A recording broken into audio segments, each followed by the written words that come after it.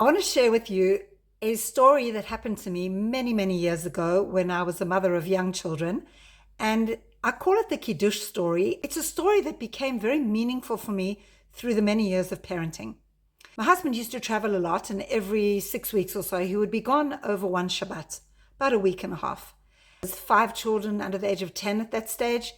It was a challenge to keep the Shabbat table going, also the food and also the atmosphere. One time I was making kiddush, and one of my children did something funny. I don't remember what it was, but I just started giggling. And then I started laughing and I could not stop. And the children all looked at me, waiting for me to finish kiddush, and I couldn't stop laughing. And I kept saying to myself, stop it, they're looking at you. This is kiddush, you're in the middle of a bracha. And it was very hard for me to stop laughing. And finally I managed and said kiddush, and I felt terrible.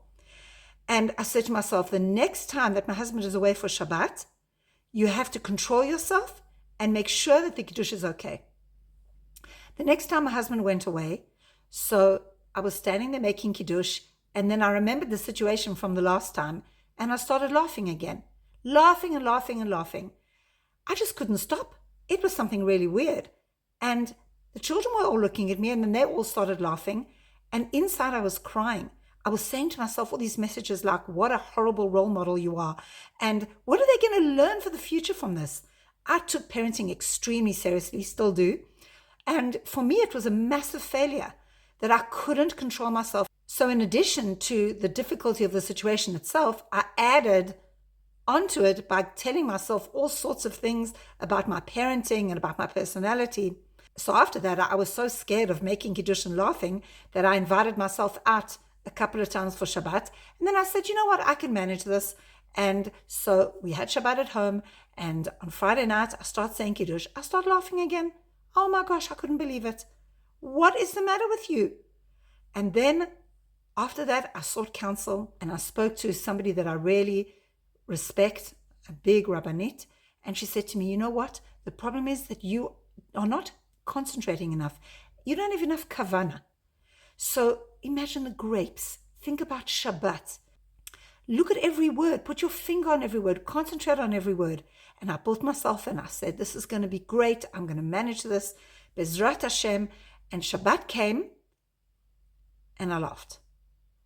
And I remember going into the kitchen and crying in the kitchen because I just couldn't face myself being somebody who can't control herself.